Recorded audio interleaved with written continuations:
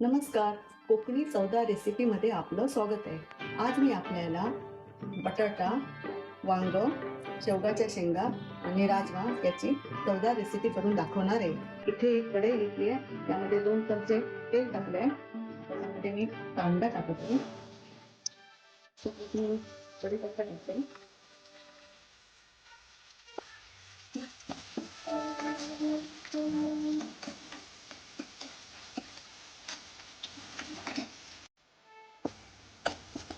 कांदा मस्तपैकी लालसर झाला. आता मी त्यामध्ये टोमॅटो टाकते. टोमॅटो मस्तपैकी भाजून घेते. आणि त्यावर हा राजमा टाकते.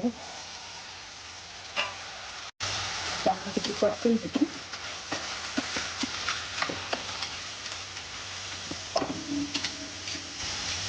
त्याच्यावर मी बटाटा टाकते.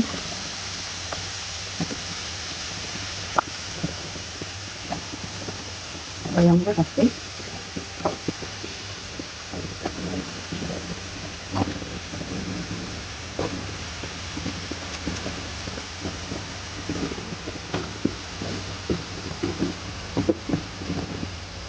दोन चमचे मसाला टाकते. आणि त्याला चमचे मसाला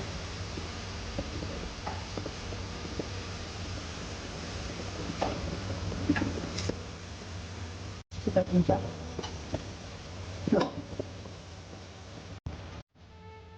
कांदा लालसर झाला. त्यामध्ये मी राजमा, बटाटा, वांग, 2 चमचे मसाला, 1 चमचा हळद, छोटे 3 चमचे मीठ टाकून परतून घेते.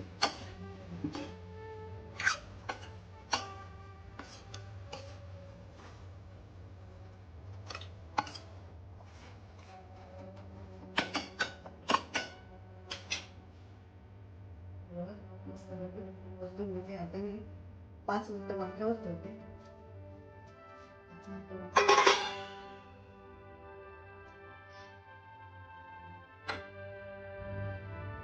5 मिनिटं झाली. आता मी शेवगाच्या शेंगा टाकते. शेवगाच्या शेंगा आणि कोथिंबीर टाकून चांगली भरून घेते. शेवगाच्या शेंगा मी 5 मिनिटांनी टाकल्या. अगोदर टाकल्यावर त्या लवकर शिजतात. म्हणून 5 मिनिटं शेवगाच्या शेंगा टाकल्या. पाणी घालते. पाणी छान कलर आलाय. ती भारी रेसिपी वाटते आता. ते भारी रेसिपी वाटते. आता मी अर्धा तास शिजवणार आहे. मीडियम गॅसवर अर्धा तास शिजवणार आहे. अर्धा तास झाला. आपली रेसिपी तयार होत आली आहे. आता मी त्यामध्ये हे जे वाटप टाकते. हे जे वाटप आहे ना, ते कांदा, खोबरं, खडा मसाला, आलं लसूण मी वाटप तयार केलेलं आहे. ते मी नंतर टाकूनच आहे. हे वाटप आहे ते नक्कीच मी यामध्ये घालते.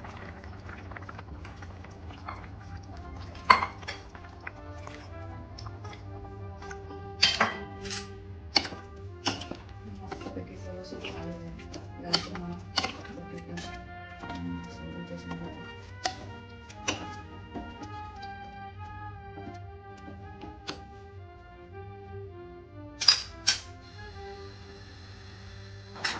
ही बघा आपली कोकणी चवदार रेसिपी तयार झाली आहे. राजमा, बटाटा, शेवगाच्या शेंगा, वांगे.